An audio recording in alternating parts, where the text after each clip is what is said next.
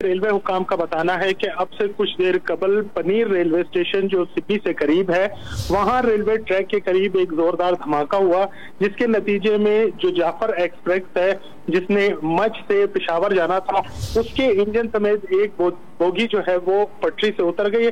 ताहम अब तक जो है हमारे पास इत्तलात है कि इसमें 3 अफराद जो हैं वो जख्मी हुए हैं और इस वक्त इमदादी टीमें कोयटा से रवाना की गई हैं, क्योंकि ये इलाका कोयटा से जरा दूर है। तो अभी टीमें रवाना की गई हैं जो कुछ देर बाद वहां पे पहुंचेगी और रेस्क्यू का काम शुरू करेंगी। तमाम सिक्योरिटी फोर्सेस वहां पे मौजूद हैं और स्टेशन को घेरे में ले लिया गया है।